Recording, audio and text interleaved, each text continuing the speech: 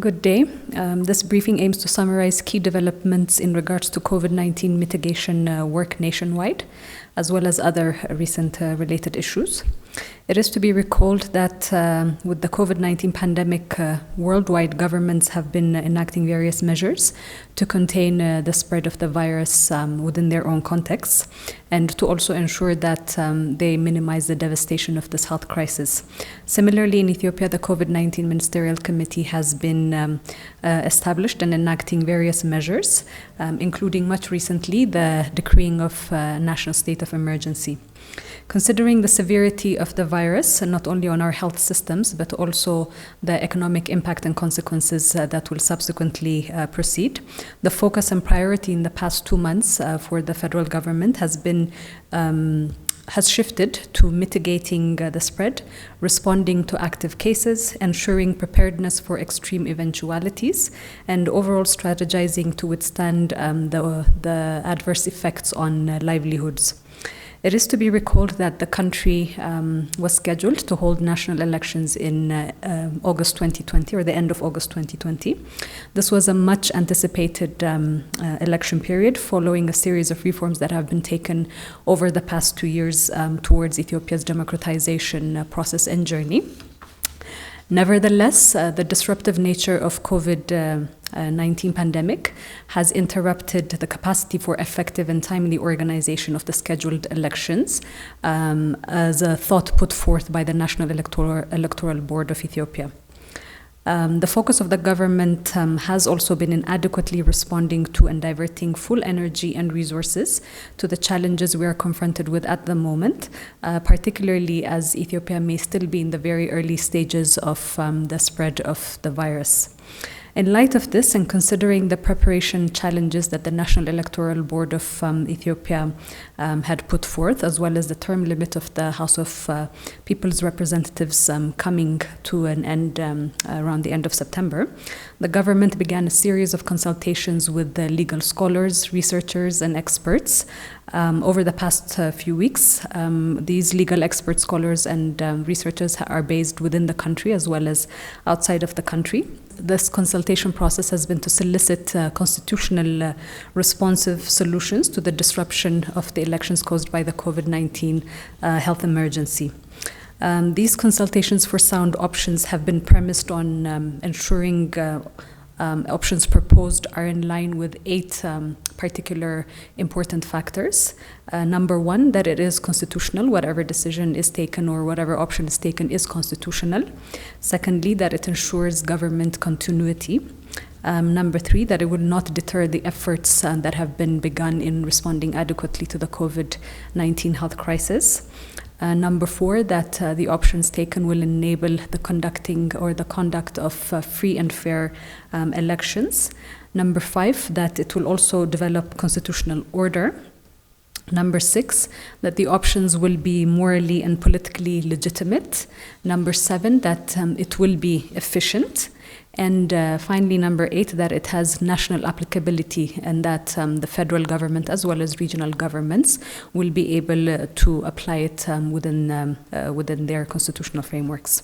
Accordingly, the more than 50 legal scholars, experts, and researchers tasked to propose solutions drew 4 constitutional sound options, which in no particular order are: number 1, the dissolution of the House of People's Representatives; number 2, conducting the elections during the state of emergency period; number 3, constitutional amendment; and number 4, constitutional interpretation. Each of these options have been weighed and have been presented with regards to the pros and cons, and they have been discussed in consultation with competing political parties as well.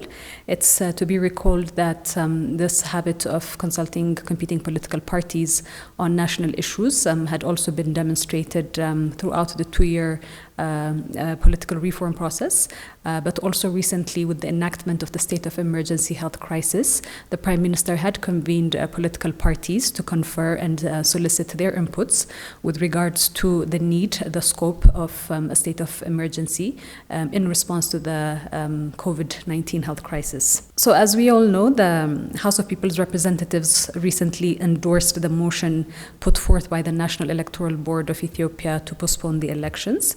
and resultantly based on the legally and constitutionally sound options proposed, the House will frame these options and send their recommendations to the Council of Constitutional Inquiry as an ongoing process. I would like to give a little bit of an update with regards to the progress that is being undertaken by the COVID-19 Ministerial Committee. So the COVID-19 Ministerial Committee that is being chaired by the Prime Minister has been meeting regularly to evaluate the threat levels of COVID-19 within the country, as well as commensurate measures that have been undertaken, as well as the activities that each of the subcommittees under the Ministerial Committee has been tasked with. So the following points reflect key milestones from meetings that were held yesterday by the Ministerial Committee. So as of this morning, the number of positive cases remains at 133, with 66 in recovery reported by the Ministry of Health.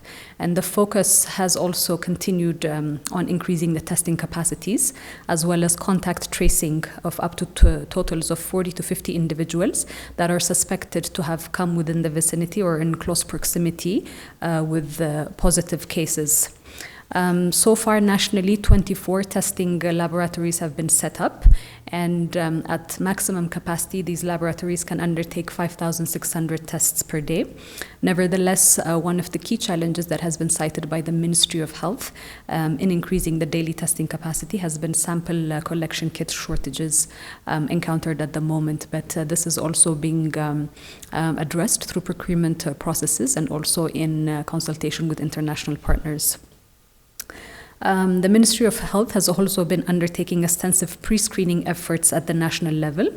Up to 3.6 million households are reported to have undergone pre-screening for symptoms, with suspected symptoms being connected with rapid response teams in each of their locales. As well, treatment centers are being sufficiently reinforced. One of the largest treatment centers that has been set up recently is within the Millennium Hall, with a capacity of 1,000 patients, or able to accommodate up to 1,000 patients. And this is currently being further reinforced with the required material and equipments, including ventilators, and it should be going into operation soon. Similarly, various medical supplies and equipment like protective equipments and procurement of other medical supplies is currently underway, including from manufacturers who have shifted their manufacturing lines to respond to what is needed at the moment. From the economic perspective, considering that the health crisis will have grave impacts on the economy, through the efforts of the Macroeconomic Committee, an economic response plan has also been designed, and this has been designed to ensure the health of the macroeconomic environment, to ensure that the nation has got adequate foreign currency reserves, and also to support companies from ceasing operations, as well as supporting them in their recovery period. In addition to budgetary shifts that had been made to allocate 15 billion birr for the COVID-19 response, fund mobilization work is also being undertaken by the Macroeconomic Committee with international partners to fulfill the estimated needs in order to tide Ethiopia over the health crisis. So just this Thursday, the board of the International Monetary Fund approved a highly needed financing of USD 411 million under the fund's rapid financing instrument. Additionally, financing for budgetary support is currently also being sought from international partners. And to provide cushioning for COVID-19 affected sectors such as the service sector, manufacturing, construction, wholesale trade, and others, the government is also enabling targeted tax remittances so these sectors can continue without the added burden. Other measures that have been drawn, again, by the Macroeconomic Committee to alleviate some economic shocks is, in addition to extending the payment timeframes of value-added tax and turnover tax for the private sector, companies that have pledged monetary support to the National Resource Mobilization Initiative are eligible to have 20% tax deductions from their annual reporting. Continuing onwards, for manufacturing companies that have been faced with tangible export challenges related to COVID-19, permit is also granted to sell their goods within the country. through the National Bank of Ethiopia and the Development Bank of Ethiopia, up to 4.5 billion birr liquidity injection is also being facilitated for cooperatives, small and medium enterprises, as well as microfinance institutions. And also businesses that have provided a minimum of 2 months rental relief for their tenants will also be granted a 1-year rental income tax relief. Furthermore, businesses in the hospitality industry, educational institutions, and other businesses that are not able to operate at optimal levels because of the COVID-19 health crisis and yet have kept their employees on payroll have been given relief of 4 months employee income tax. So with such financial support measures that have been drawn, the Macroeconomic Committee is also in the process of transitioning from its focus on holistic support, which has been ongoing for the past 2 months, now to targeted specific sector support, particularly as the hotel and tourism sectors are suffering. With regards to the National Resource Mobilization Subcommittee, which has been effective in garnering support of citizens throughout the country.